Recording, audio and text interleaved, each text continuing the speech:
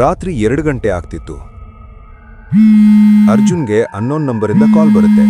ಅವನು ರಿಸೀವ್ ಮಾಡ್ತಾನೆ. ನಿಧಾನವಾಗಿ ಧ್ವನಿ ಬರುತ್ತೆ, ನೀನು ವಿಂಡೋಯಿಂದ ಹೊರಗೆ ನೋಡಬೇಡ. ಆಮೇಲೆ ಕಾಲ್ ಕಟ್ ಆಗತ್ತೆ. ಅರ್ಜುನ್ ಸ್ವಲ್ಪ ಕನ್ಫ್ಯೂಸ್ ಆದ. ಯಾರಾದರೂ ನನ್ನ ಜೊತೆ ತಮಾಷೆ ಮಾಡ್ತಿದ್ರಾ ಅಂತ. ಆದರೆ ಅವನ ಮನಸ್ಸಲ್ಲಿ ಗೊಂದಲ ಇತ್ತು.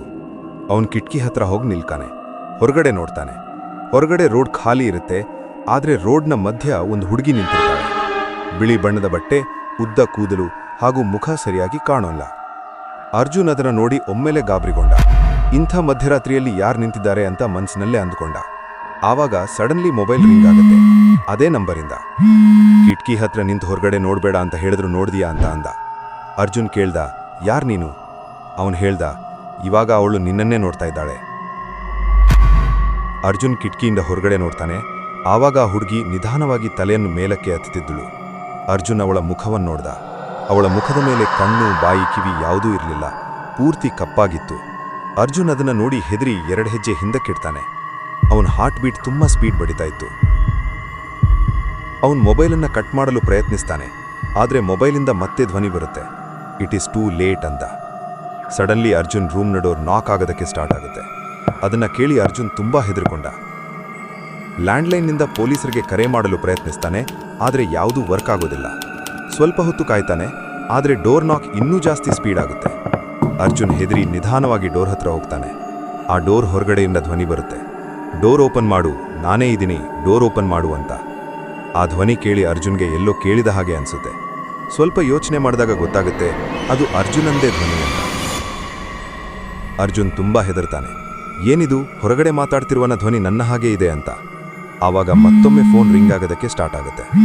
ಫೋನ್ನಲ್ಲಿ ಮತ್ತೆ ಧ್ವನಿ ಬರುತ್ತೆ, ನೀನು ಡೋರ್ ತೆಗೆಯದೇ ಇದ್ರೆ ಅವಳು ನಿನ್ನ ರೂಮಿಗೆ ಬರ್ತಾಳೆ ಅಂತ. ಅದನ್ನು ಕೇಳಿ ಅರ್ಜುನ್ ಪೀಠಿಕೆಯ ಕಡೆ ನೋಡಿದಾಗ ಕಿಟಕಿಯಲ್ಲಿ ಒಂದು ಕೈ ಕಾಣಿಸ್ತದೆ. ಆ ಕೈ ತುಂಬ ಭಯಾನಕವಾಗಿತ್ತು. ಅದನ್ನು ನೋಡಿ ಅರ್ಜುನ್ ಡೋರ್ನ ಲಾಕ್ ಓಪನ್ ಮಾಡ್ತಾನೆ. ಅರ್ಜುನ್ ರೂಮ್ ಲಾಕ್ ಓಪನ್ ಮಾಡಿದ ತಕ್ಷಣ ರೂಮ್ ಡೋರ್ ಆಟೋಮ್ಯಾಟಿಕಲಿ ಸ್ಲೋ ಆಗಿ ಓಪನ್ ಆಗುತ್ತೆ. ಡೋರ್ ಓಪನ್ ಆಗ್ತಿದ್ದಂತೆ ಅರ್ಜುನ್ ಹೊರಗಡೆ ನೋಡಿದ ಕ್ಷಣ ಶಾಕ್ ಆಗ್ತಾನೆ. ಯಾಕೆಂದ್ರೆ ಹೊರಗಡೆ ಡೋರ್ನ ಬಡಿಯುತ್ತಿದ್ದವನು ಸೇಮ್ ಟು ಸೇಮ್ ಅರ್ಜುನ್ ತರಹನೇ ಕಾಣಿಸ್ತಾ ಇದ್ದ. ಸೇಮ್ ಬಟ್ಟೆ, ಸೇಮ್ ಫೇಸ್, ಆದರೆ ಕಣ್ಣುಗಳು ಮಾತ್ರ ಕಪ್ಪಾಗಿತ್ತು. ಹೊರಗೆ ನಿಂತಿದ್ದ ಕಪ್ಪು ಕಣ್ಣಿನ ಡೂಪ್ಲಿಕೇಟ್ ಅರ್ಜುನ್ ನಿಧಾನವಾಗಿ ಸ್ಕೇರಿ ಸ್ಮೈಲ್ ಮಾಡ್ತಾ ಹೇಳ್ತಾನೆ, ತುಂಬಾ ಲೇಟ್ ಆಯ್ತಾ? ರಿಯಲ್ ಅರ್ಜುನ್ ಅದನ್ನು ನೋಡಿ ಹೆದರಿ ಹಿಂದಕ್ಕೆ ಮುಖ ತಿರುಗಿಸಿದಾಗ ಭಯಾನಕ ಹೆಣ್ಣು ದೆವ್ವದ ಮುಖ ಕಾಣಿಸುತ್ತೆ. ಹೊರಗಡೆ ಇದ್ದಾಗ ಹುಡುಗಿಯ ಆತ್ಮವು ಆ ರೂಮಿಗೆ ಬಂದಿತ್ತು. ಮರುದಿನ ನೇಬರ್ಸ್ ನೋಡ್ತಾರೆ, ಅರ್ಜುನನ ಹವಭಾವ ಬದಲಾಗಿತ್ತು. ಅರ್ಜುನನ ಪಕ್ಕದ ರೂಮ್ನವನು ಒಂದು ದಿನ ಅರ್ಜುನನನ್ನು ಹಿಂಬಾಲಿಸ್ತಾನೆ. ಅರ್ಜುನ್ ನಡೆದುಕೊಂಡು ಹೋಗುವಾಗ ಗೋಡೆಯ ಮೇಲೆ ಒಂದು ಮಿರರ್ ಇತ್ತು. ಆ ಮಿರರ್ ಮುಂದಿಂದ ಅರ್ಜುನ್ ಪಾಸ್ ಆಗುವಾಗ ಅರ್ಜುನನ ರಿಫ್ಲೆಕ್ಷನ್ ಮಿರರಲ್ಲಿ ಬರೋದಿಲ್ಲ. ಅದನ್ನು ನೋಡಿದ ಪಕ್ಕದ ರೂಮ್ನವನು ಒಮ್ಮೆಲೆ ಶಾಕ್ ಆಗ್ತಾನೆ. ಆವಾಗ ನಡೆದುಕೊಂಡು ಹೋಗ್ತಿರುವ ಅರ್ಜುನ್ ಏಕಾಏಕಿ ಅಲ್ಲೇ ನಿಂತ್ಕೊಂಡು ಒಮ್ಮೆಲೆ ಸಿಟ್ಟಿನಿಂದ ಮುಖ ತಿರುಗಿಸಿ ಆ ಪಕ್ಕದ ರೂಮ್ನವರನ್ನು ನೋಡ್ತಾನೆ. ಕಥೆಯನ್ನು ಮುಗಿದಿಲ್ಲ.